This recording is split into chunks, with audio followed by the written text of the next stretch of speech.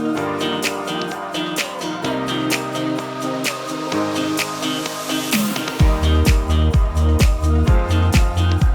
everyone, this is Adam Sandman here, and today I'll be showing you how you can use Kiro from Amazon together with the Spira lifecycle management tool from Inflectra to give you an end-to-end agentic AI software development experience. So what does that all mean? Well, let's look at this for a second. As we move into the agentic AI software development lifecycle, or AI SDLC, we're starting to move away from the humans creating the code directly. We're now going to be using specs or natural language requirements to create code automatically. In this video, we'll be focusing on the first two blocks here. We'll be doing requirements and planning and code generation. So you'll be seeing how Spira Plan works together with Kiro to take natural language requirements built using a requirements management system and test management system, and using that to generate an actual living, breathing application code using a combination of Kiro and the technology known as MCP. So let's get started. I'm going to jump over here, first of all, into Spira Plan. This is Spira Plan from Inflectra, and this is used by teams and organizations to manage their requirements and test cases and the overall project lifecycle. And they can use the Inflectra AI functionality built into the system to help do that more quickly and efficiently. Create test cases, create tasks, create BDD scenarios, identify risks, and generate requirements and backlog items. And we did this already to save time. So I've got here a set of requirements for a brand new application. It's meant to be an application that will let you manage a library. And using the Inflectra AI, we took the high-level description of the project, which was, as a user, I want to be able to manage online library. And I described the functionality as being able to log in with a certain username, listing books, creating new books, editing the books, and being able to change some of the other fields.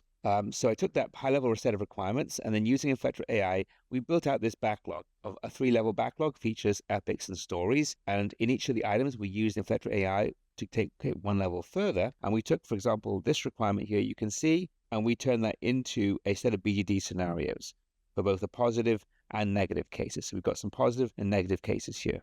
So this defines how that user would be able to log in and enter a book genre so they can categorize the new book titles. And similarly, if we look at some of the other requirements here, I'll just make this a bit wider so we can see them all. I want to be able to import author details, validate the entry of a book, save books. I want to be able to edit books in the system.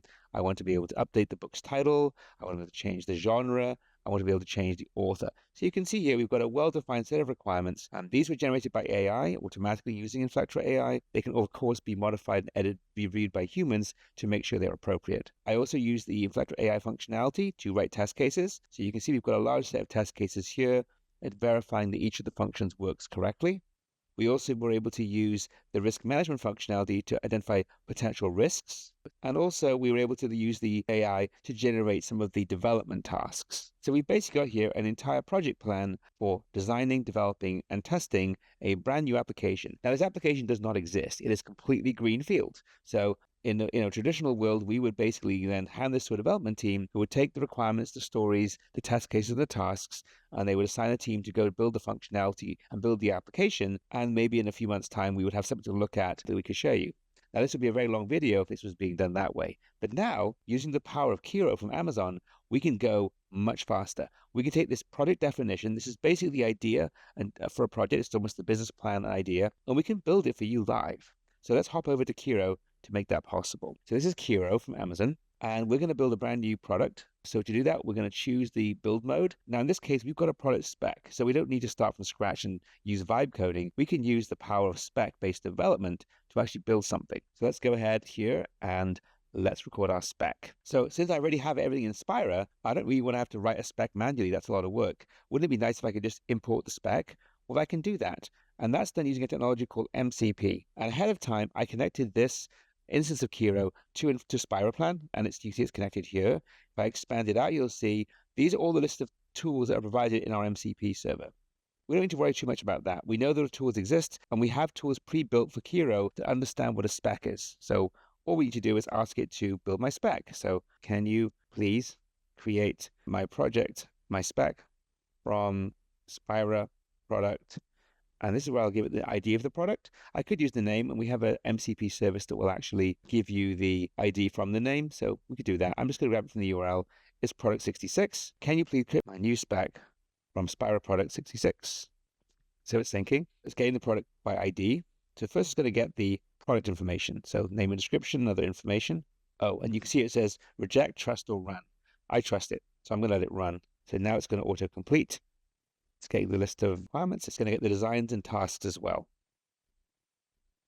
So now it's going to be taking the information and it's going to build out the entire product spec now. So it's creating a requirements MD file.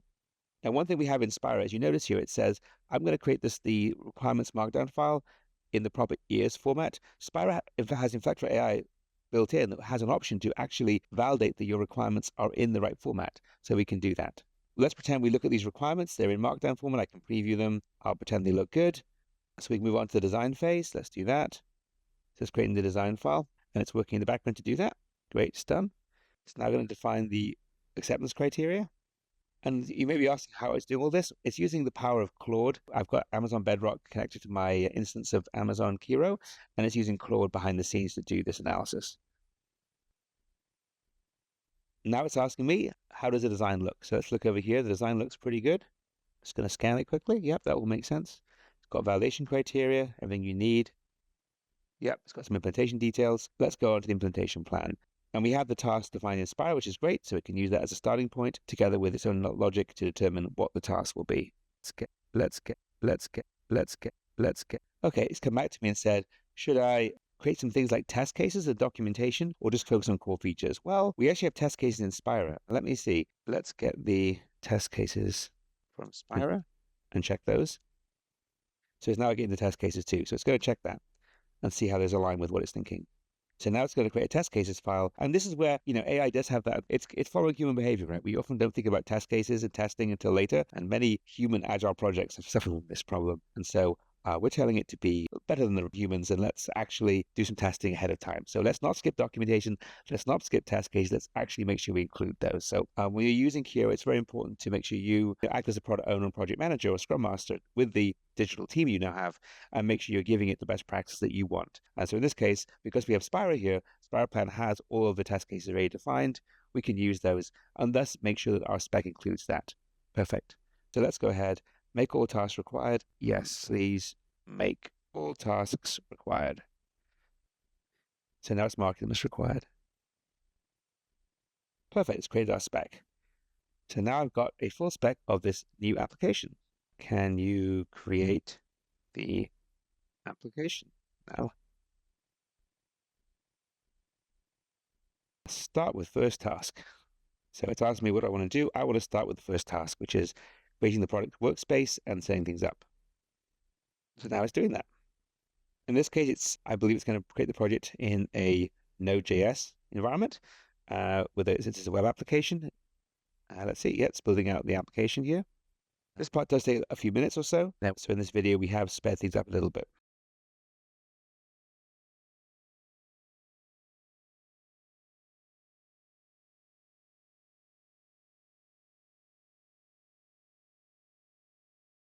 Yep, he set up the dependencies, so we're good to go. You can now run npm install to install the dependencies. Okay, yes. Let's go to the next task. I can even say do all tasks, which I might do next to save some time. So let's let it run. So now it's creating the application. And while it's doing that, we can even go to the tasks file. We can see the tasks. And as it updates the tasks, you can see it's actually checking the boxes. So how many tasks do we have? Let's see. 3 is building the application. We've got quite a few. Right, unit tests, authentication endpoints, integration tests, login form. So it's about 9 different tasks.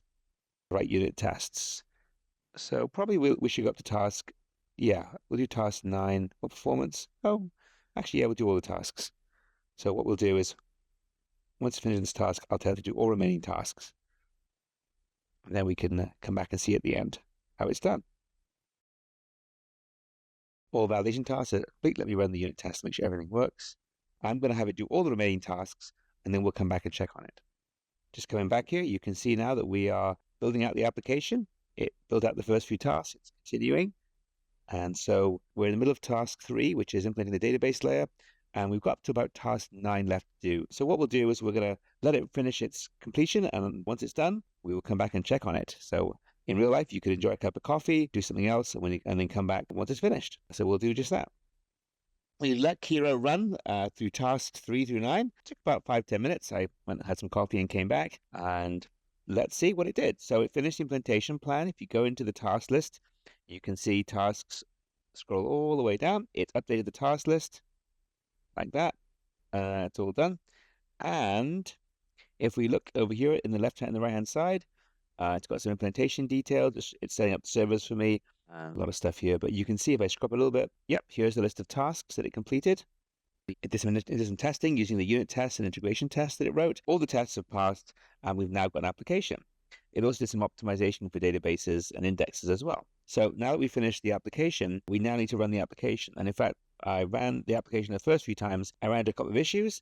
The great thing is with Kiro, you can just give it the error message and it just fixes it for you. So you can see here, ran into some conflicts with my environment, and after all, I basically gave it the error message, and after it's done, it took a few more minutes just to get those cleaned up.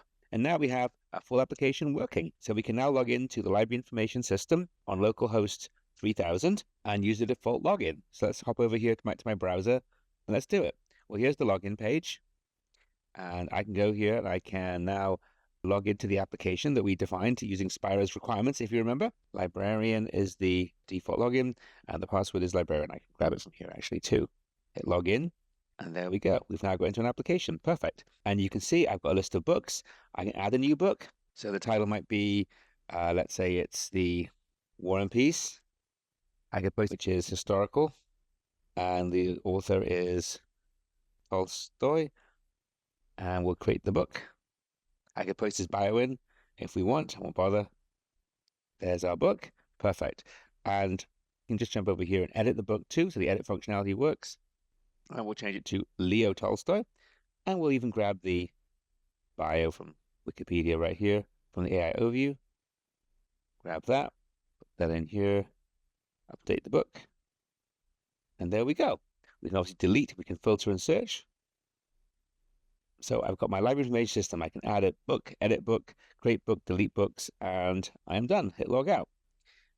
Perfect. So using the power of Spira, Plan, and Kiro together, we were able to draft our requirements, build our entire project idea here in Spira, and once that's all done and approved by the team and we're ready to go, we can just hop over to Kiro right here, use the power of the Inflectra MCP server, which means I don't have to go build specs here and start writing things in Markdown.